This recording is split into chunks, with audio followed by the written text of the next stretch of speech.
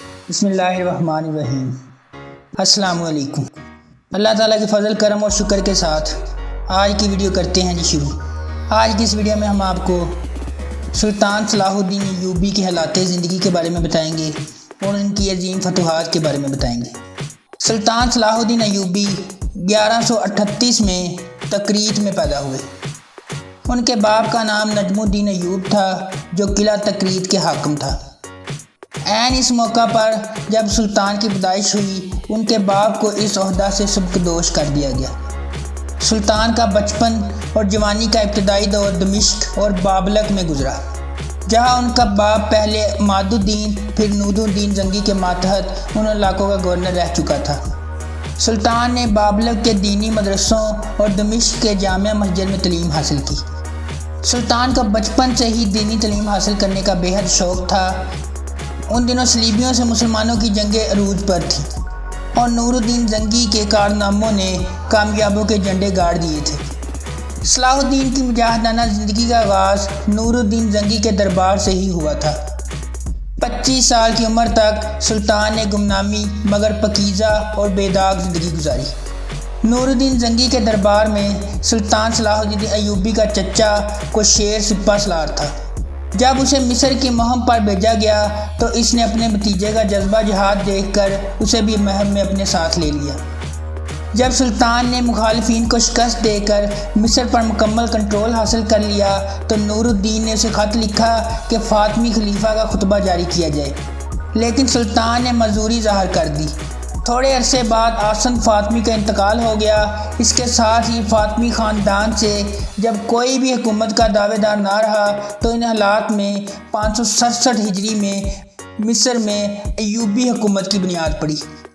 ادھر نور الدین زنگی کی وفات کے بعد اس کا بیٹا جانشین بنا، مگر کم عمری کی وجہ سے امرا اور وزراء میں اقتدار کے حصول کے لیے جنگ چھڑ گئی اور اس طرح اتابکی خاندان کی حکمرانی کا شرازہ بکھر گیا اور آخر کار سلطان صلاح الدین نے انانیہ حکومت سنبھال لی۔ دمشق میں سعد الدین کی حکومت قائم ہوئی مگر اس قدر کمزور تھی کہ صلیبیوں سے مقابلہ کرنے کی اہلیت نہ رکھتی تھی۔ ان حالات کے پیش نظر سلطان نے اہل دمشق کی دعوت قبول کر لی اور وہ پورے علاقے کو صلیبیوں سے پاک کرنا چاہتا تھا، مگر اندرونی حالات کی خرابی اور عیسائی حکمرانوں کی مساحلیت اس کے آڑے آ رہی تھی۔ ایجینالڈ نے جو صلیبیوں کا سرغنہ تھا بظاہر مساحلت کر لی تھی، لیکن صلح کے باوجود اس نے مسلمان قافلوں اور تاجروں کو لوٹنا شروع کر دیا تھا۔ ایجینالڈ کے قتل کے بعد یروشلم کی عیسائی حکومت کی جڑیں کٹ گئیں اور صلیبیوں نے فیصلہ کن جنگ کا آغاز کر لیا۔ تمام حکمرانوں نے اپنی فوجیں اکٹھی کر لیں۔ دوسری طرف سفوریا اور تبریا کے درمیان سلطان نے پہلے ہی مسلمان فوجیں متعین کر دی تھیں۔ جو ہی وہ سفوریا سے تبریا کی طرف نکلے 583 ہجری میں اسلامی اور عیسائی فوجیوں کے درمیان لوبیا کے مقام پر زبردست مقابلہ ہوا۔ صلیبیوں نے ہتھیار ڈال دیے اور کوہ حطین میں جا چھپے اور اس طرح پورا فلسطین شمال میں بیروت سے لے کر جنوب میں غزہ تک سلطان کے کنٹرول میں آ گیا۔ اس طرح 91 سال کی طویل عرصہ کے بعد سلطان صلاح الدین ایوبی ایک عظیم فاتح کی ہمت سے بیت المقدس اس وقت کے حقیقی پاسبانوں کے قبضہ میں آ گیا۔ اس کے بعد متعدد بار صلیبیوں نے دوبارہ قبضہ کی کوشش کی مگر سلطان نے ہر بار اسے ناکام کر دیا اور ان کو منہ کی کھانا پڑی۔ بیت المقدس پر سلطان کی عملداری نے پورے یورپ کے مذہبی جذبات کو اس قدر بھڑکا دیا کہ یورپ کے 3 بادشاہوں، انگلستان کے بادشاہ رچرڈ، فرانس کے آگسٹن اور جرمنی کے فریڈرک باربروسا نے متحدہ فوجیں تیار کی جو بحیرہ روم سے عقا تک پہنچ گئی۔ سلطان نے ان سے نمرد آزما ہونے کے لیے اسلامی ممالک کے حکمرانوں سے مدد طلب کی جو کہ نہ مل سکی اور آخر کار اسے خود ہی مقابلہ کرنا پڑا۔ عقا اور اسکلان کے قریب 3 سال تک یہ جنگیں جاری ہیں۔ آخر کار ایک دن جرمنی کا بادشاہ فریڈرک باربروسا دریا عبور کرتے ہوئے ڈوب کر مر گیا اور اس کی فوج کے حملے پست ہو گئے۔ ادھر بادشاہ انگلستان اور فرانس بیمار ہو جانے پر صلح کی درخواست کر دی۔ عقا اور اسکلان کے ساحلی علاقوں کے قبضے کو تسلیم کر لیا گیا۔ ان کو بیت المقدس کی زیارت کی اجازت دے دی گئی اور اس طرح 100 سالہ جنگ کا 588 ہجری میں خاتمہ ہو گیا۔ سلطان صلاح الدین ایوبی نہ صرف اسلام کا سپاہ سالار تھا بلکہ ایک عظیم فاتح، عظیم انسان تھا اور فراخ دلی میں اس کا کوئی ثانی نہ تھا۔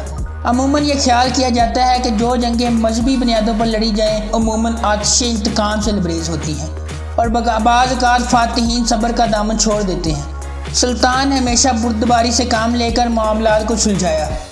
جو عزت اور عظمت سلطان صلاح الدین ایوبی کو حاصل ہوئی کسی اور فاتح کو حاصل نہ ہو سکی۔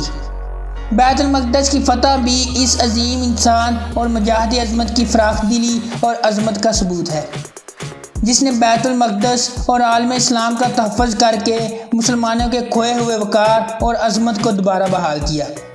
سلطان ایک کامیاب اور عادل حکمران تھا جس نے زندگی سادگی سے بسر کی اور مملکت کے وسائل عوام کی فلاح و بہبود پر خرچ کیے۔ مصر اور شام میں دینی مدرسے قائم کیے اور مسجدیں تعمیر کرائیں، ہسپتال قائم کیے، محتاج خانے تعمیر کرائے، مسافروں کے لیے سرائے تعمیر کرائیں اور علماء کرام کا وقار بلند کیا۔ سلطان کے کارناموں سے قرون اولیٰ کے مسلمانوں کی یاد تازہ ہو گئی۔ وہ ایک راسخ عقیدہ پکا مسلمان تھا۔ جنگی کارناموں اور سیرت کی وجہ سے سلطان صلاح الدین ایوبی کا نام مجاہد اسلام کے طور پر ہمیشہ قائم رہے گا۔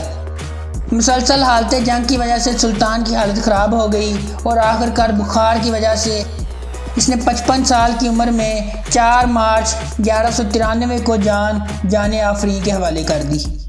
اگر آپ کو ہماری یہ ویڈیو پسند آئی ہے تو اسے لائک کریں، شیئر کریں اور چینل کو سبسکرائب کرنا مت بھولیں۔ شکریہ۔